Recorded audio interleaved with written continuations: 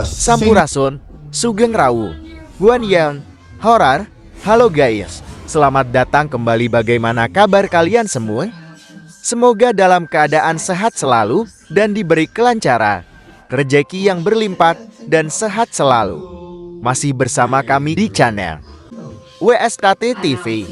Kesempatan ini kami akan mereview film action berjudul To Catch a Killer yang dirilis pada April tahun 2023. Film ini disutradarai Scott Mandami and Zefron asal Argentina, dan bintang filmnya oleh Shailene Woodley, Ben Mendelsohn, Jovan Adepo, dan Ralph Ineson.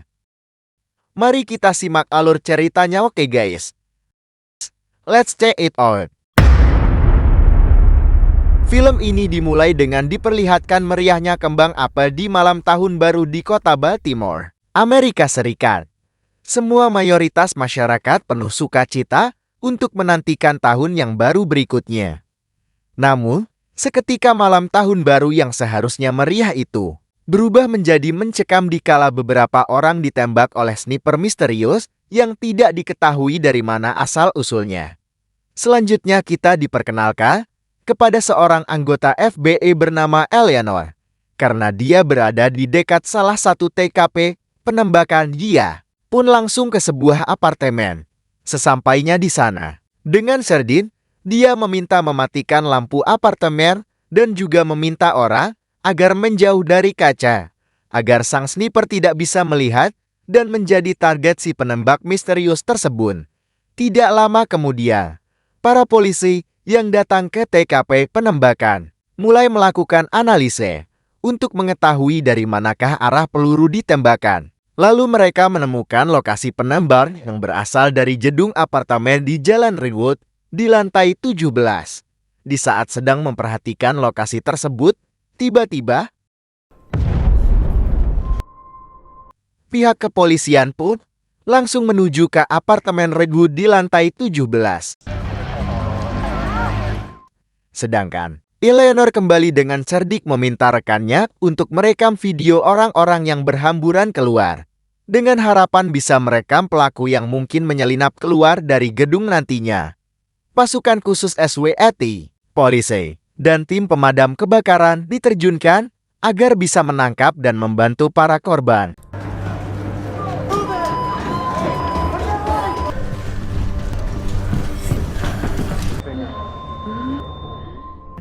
Di saat Eleanor mengecek di TKP ledakan bom tersebut, tiba-tiba untungnya Eleanor hanya berhalusin, karena halusinasi jatuh dari apartemen yang sebenarnya. Dia pingsan karena kekurangan oksigen. Eleanor pun ditolong sesama petugas FBI yang bernama Jackie, dan juga seorang tim medis yang membantunya agar kesadarannya bisa kembali. Tidak lama kemudian, seorang petinggi FBI bernama Lamar yang menjadi penanggung jawab kasus tersebut datang ke sana. Eleanor pun ditegur oleh Lamar karena membuat petugas medis harus buang-buang waktu menolong Eleanor ke lantai 17. Sedangkan petugas medis bisa membantu para korban sipil yang lain. That toilet right now. Excuse me, place looks like an ARG. Okay, I'm sorry. Setelah kejadian tersebut, sebagai pimpinan, Lamarck pun menjelaskan progres penyelidikan insiden tersebut. Terhitung ada 29 korban tewas tertembak, dan semua korban itu tewas di tempat. Menurut Lamarck, pelakunya sangat terlatih, karena sama sekali tidak ditemukan bekas longsongan peluru, helai rambut, ataupun sidik jari di TKP. Meskipun Lamarck orangnya rada gitu deh, dia tetap memberikan semangat untuk bawahannya. Dia yakin mereka pasti bisa menangkap pelaku itu, tidak peduli seberapa hebat pelaku menyembunyikan identitasnya. Ya, setelah rapat selesai, Eleanor sedang berbincang dengan salah satu rekannya.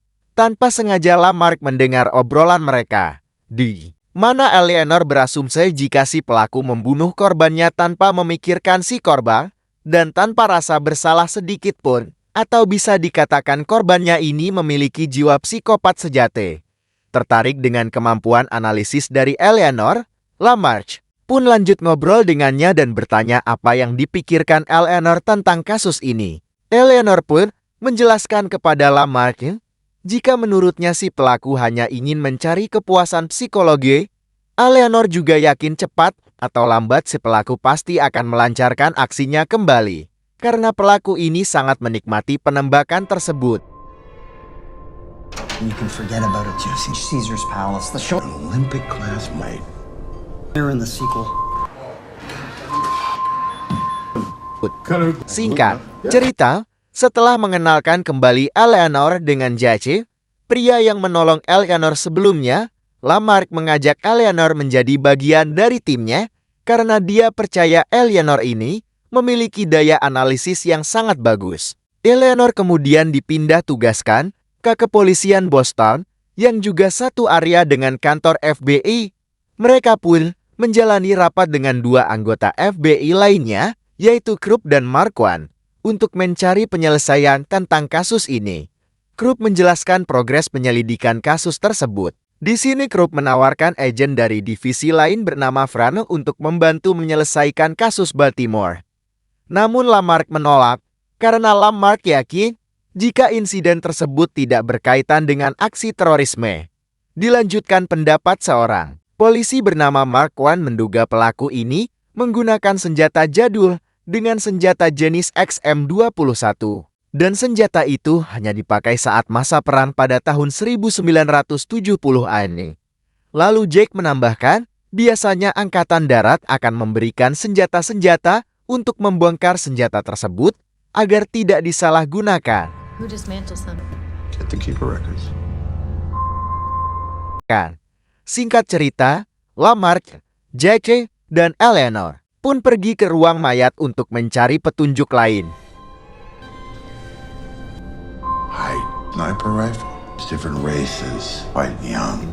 Dan mereka menemukan fakta bahwa pelaku bisa membunuh mereka semua hanya dengan sekali tembakan. Tidak lama kemudian mereka diberi kabar jika pelaku penembakan Baltimore sudah ditemukan dan akan segera ditangkap. Tapi tentu saja mereka tidak akan bisa menangkap psikopat yang jenius itu dengan mudah.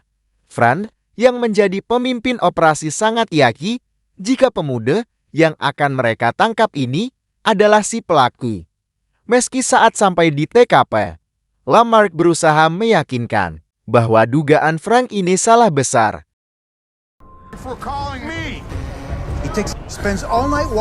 Frank tidak peduli dan dia pun langsung memerintahkan anak buahnya untuk bergerak.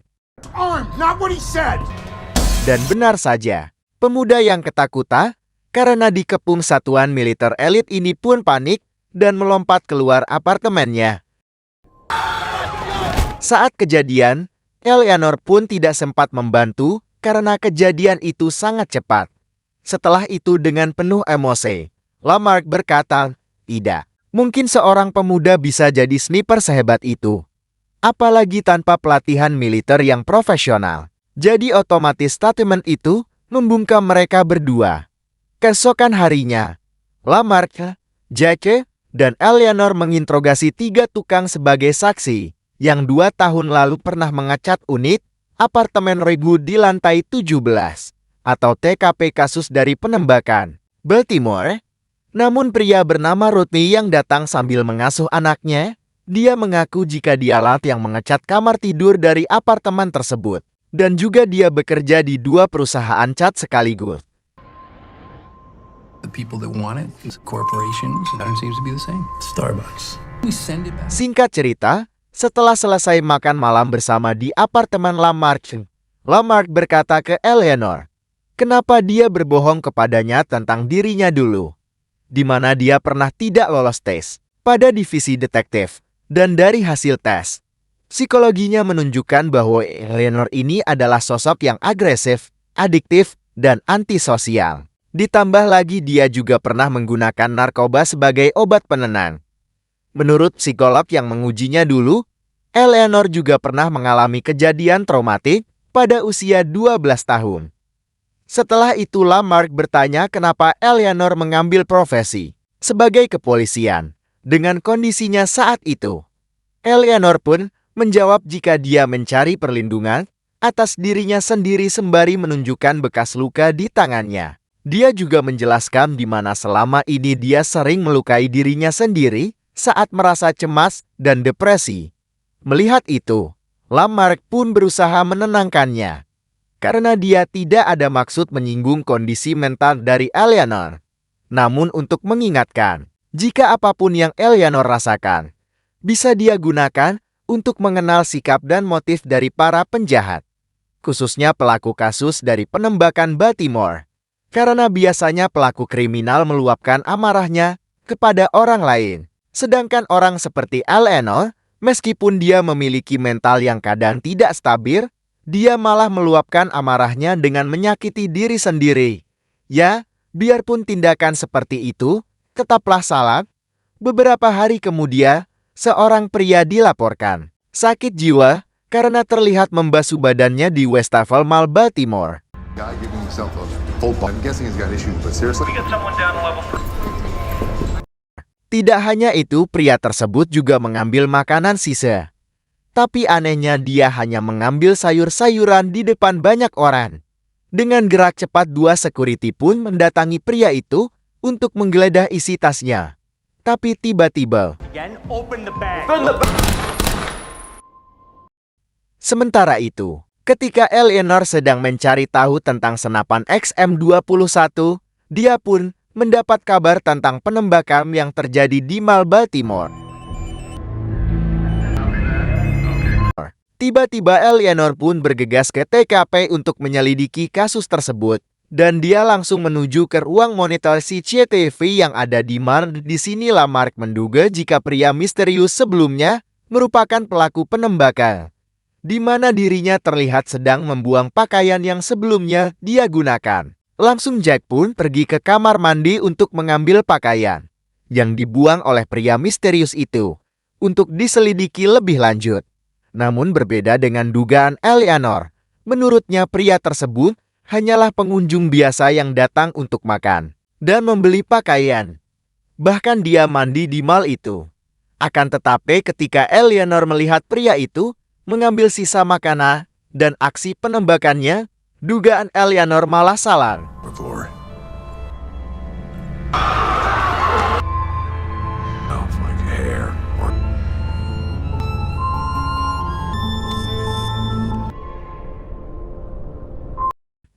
Tidak lama kemudian Jack mengabarkan kepada Lamarck bahwa tempat sampah yang berada di kamar mandi telah dibawa oleh petugas kebersihan. Lamarck pun bergegas menugaskan Jack dan Eleanor pergi ke pembuangan sampah. Jika mereka tidak menemukan pakaian tersebut, maka karir Lamarck sebagai agen FBI terancam dipecat.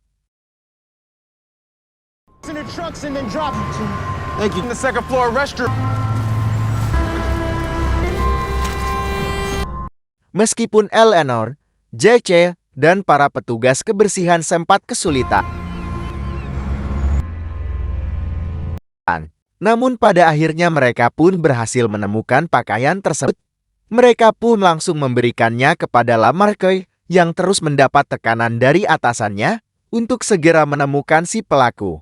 Kemudian untuk bisa mendapat petunjuk, melalui media TV pemerintah menyiarkan insiden yang telah terjadi di mall tersebut. Hal itu dilakukan agar masyarakat bisa mengenali sosok pelaku dan segera menghubungi stasiun TV atau pihak polisi jika menemukan keberadaannya. Lalu tidak lama kemudian Marquand datang dengan membawa daftar nama berisi ratusan pemilik senjata jadul yang legal sejak 50 tahun yang lalu, dan sebagian besar dari mereka adalah pensiunan angkatan bersenjata. Eleanor pun kembali berasumsi bahwa bisa saja seorang pensiunan mewariskan senjata tersebut kepada anaknya. Setelah itu mereka dibuat heran karena ada seorang pria mencurigakan yang bernama David menelepon media TV hanya untuk menghujat pemerintah. This country never. Mereka pun gerak cepat melacak lokasi dari si David.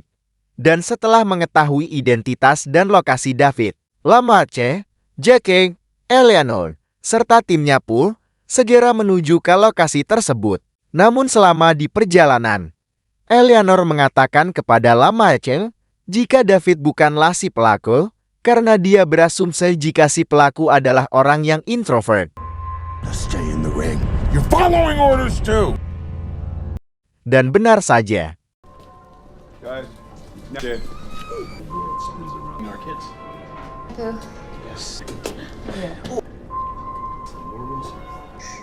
Sesampainya mereka di lokasi, lagi-lagi mereka melakukan kesalahan. Fuck you.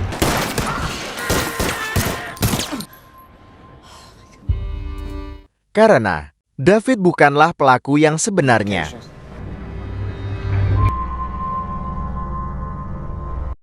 Dan setelah kejadian tersebut, Lamarck akhirnya dipecat oleh atasannya karena bukannya menyelesaikan masalah, dia malah membuat korban jiwa semakin banyak.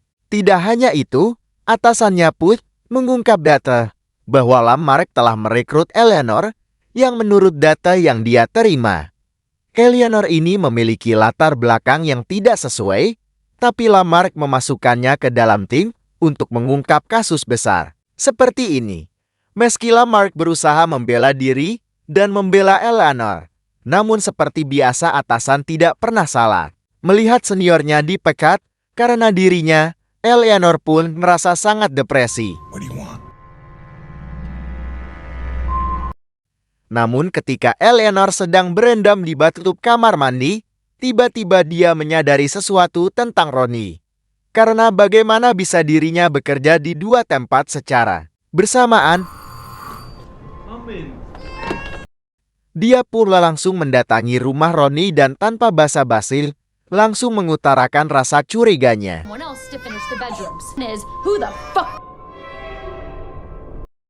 Dan benar saja, akhirnya Ronnie pun mengaku ternyata dia bisa melakukan pekerjaan di dua tempat bersamaan karena Ronnie mengajak seseorang bernama Dean secara elegan untuk menyelesaikan tugasnya. Teka-teki pun mulai terjawab saat Ronnie mengatakan kepada Eleanor dan Lamarck jika Dean merupakan seorang vegetarian. Dia juga memberitahu jika dulunya Dean pernah bekerja di sebuah rumah jagal yang ada di Amerika bagian selatan.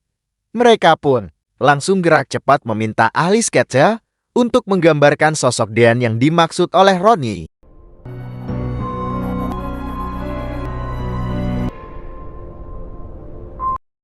Setelah selesai, mereka pun langsung menuju ke lokasi setiap rumah jagal untuk mencari petunjuk tentang si Dean. No.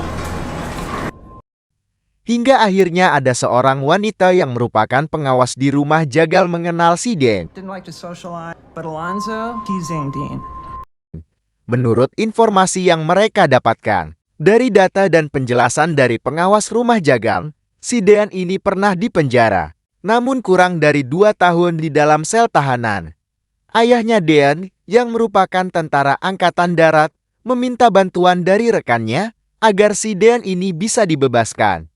Dari sini teka-teki yang lain pun mulai terbentuk dengan sempurna. Dari semua yang telah mereka temukan, Eleanor yakin jika Deanlah si pelaku utama.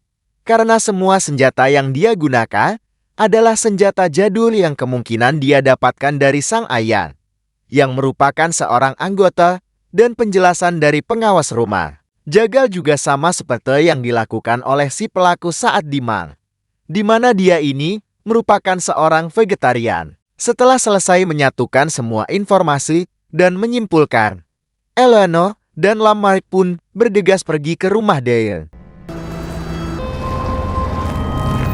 It's in there. Then we're giving him an basis both from the case. Namun sesampainya di sana, ibunya Dean yang langsung mengetahui maksud tujuan kedatangan mereka, seketika dia pun memberitahukan ke mereka jika saat ini Dean tidak ada di rumah dan dia juga tidak tahu si Dean ini kemana. Namun Lamarck yang meyakinkan ibunya Dean jika dirinya ingin menangkap Dean hidup-hidup. There's nowhere he could. Then he starts. Wanita tua itu pun mengizinkan mereka masuk ke dalam rumah dan menjelaskan tentang si Dean. Di sini akhirnya kita mengetahui Kenapa si Dean ini memiliki sifat introvert? Hal itu dikarenakan ketika Dean masih bocil tanpa sengaja mendiang ayahnya menembak kepala Dean hingga 2 kali, sehingga membuatnya koma hampir setahun, dan dia menjadi trauma terhadap suara tembakan. Pasca kejadian itu sikap Dean pun mulai berubah dan tidak suka keramaian, sampai dia tidak mau bersosialisasi. Karena itu Dean sering dibully oleh orang-orang di sekitarnya. Mengetahui dirinya sering dibully, akhirnya sang ayah mengajari Dean bagaimana cara untuk menembak, agar dia bisa membela diri. Namun tanpa diduga Dean ini merupakan orang yang jenius dalam menggunakan senjata. Almarhum ayahnya pun dulu pernah mengarahkan Dean untuk masuk Angkatan Darat. Akan tetapi kepribadian Dean yang introvert membuatnya gagal menjadi seorang anggota. Ketika Eleanor menyadari jika ibunya Dean ini tidak tinggal sendirian di rumah itu, tiba-tiba He'll shoot you. You could help. Eleanor langsung mengisyaratkan menyerahkan diri pada Dean dan menyuruh ibunya untuk mengambil semua senjata dan ponsel miliknya. Melihat tindakan Eleanor yang ingin membantu Dean agar bisa sembuh dari traumanya, ibunya pun menyuruh Dean untuk keluar dan ikut Eleanor pergi. Namun karena Dean tidak kunjung keluar dari pondoknya, tiba-tiba tidak lama kemudian Dean pun keluar dari sana, sembari terus menodongkan senjata ke arah Eleanor.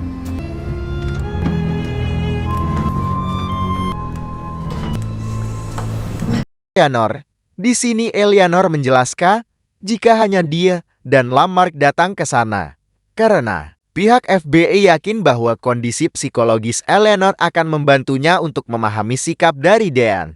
Kita juga akhirnya mengetahui motif penembakan dilakukan oleh Dean sebelumnya di apartemen Baltimore. Alasan Dean semata-mata karena dia tidak menyukai orang-orang yang merayakan malam tahun baru. Dia merasa orang yang merayakan malam tahun baru adalah orang yang membenci keheningan dan kegelapan. Bahkan Dean juga memberitahu ke Eleanor, penembakan yang terjadi di mall tersebut adalah bentuk ketidaksukaan dirinya terhadap aturan, di mana orang-orang dipaksa harus bekerja untuk memenuhi kehidupan mereka. Jadi tidak heran kalau Dean mengambil pakaian orang lain dan mengambil sisa-sisa makanan di mall tersebut. Karena Dean tidak menyukai sikap rasa tidak bersyukur dan ketidakpuasan orang-orang yang dilihatnya. Dean pun meminta kepada Eleanor agar menembak mati dirinya dan membakar jasadnya serta ibunya secara bersamaan. Namun di saat Eleanor akan memenuhi permintaan dari Dean, tiba-tiba suara mobil polisi terdengar. Tentu hal ini membuat Dean menjadi marah dan langsung memukul Eleanor.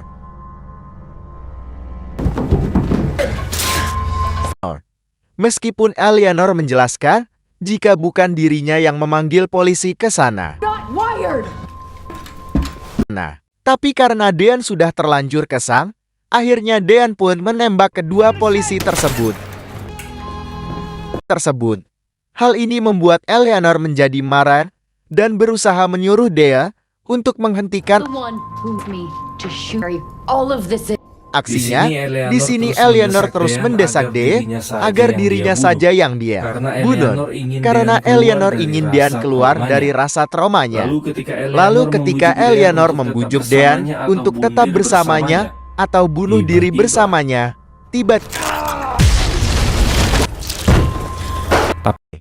tapi anehnya Dean tidak membunuh Eleanor.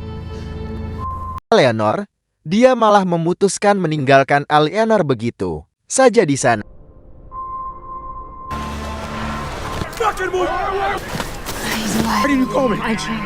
Dan dengan gerak cepat para polisi pun langsung menyusuri hutan untuk mencari keberadaan Dean. Lalu ketika Dean berhasil ditemukan, dia pun sengaja membuat polisi menembaknya. Setelah beberapa hari, Eleanor sedang bersama dengan atasannya, di mana saat ini atasannya menawarkan imbalan untuk menghapus semua catatan buruk tentang Eleanor yang dulunya merupakan seorang pecandu narkoba.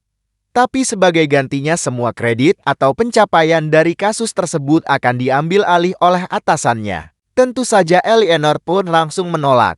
Karena para atasan yang tidak tahu diri ini seolah sedang menghina si Lamar, orang yang sudah menerimanya tanpa peduli tentang masa lalu dirinya. Dalam rasa kesalnya tersebut, Eleanor pun meminta, jika ingin mengambil kredit tersebut, berikan saja penghargaan anumerta untuk si Lamarche dan juga jadikan dirinya sebagai ijen khusus. Dan akhirnya atasannya pun menuruti permintaan Eleanor dan akan selalu mempertimbangkan semua keputusan Eleanor apabila dirinya sedang menyelidiki sebuah kasus. Dan film pun selesai.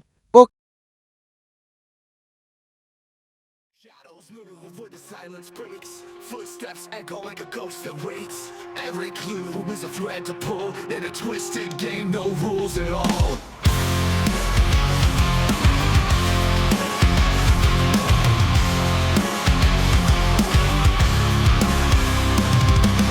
Shadows move where the silence breaks, footsteps echo like a ghost that waits. Every clue is a thread to pull in a twisted game, no rules at all. I hear the whispers in the dead of night, a name carved deep where there's no light.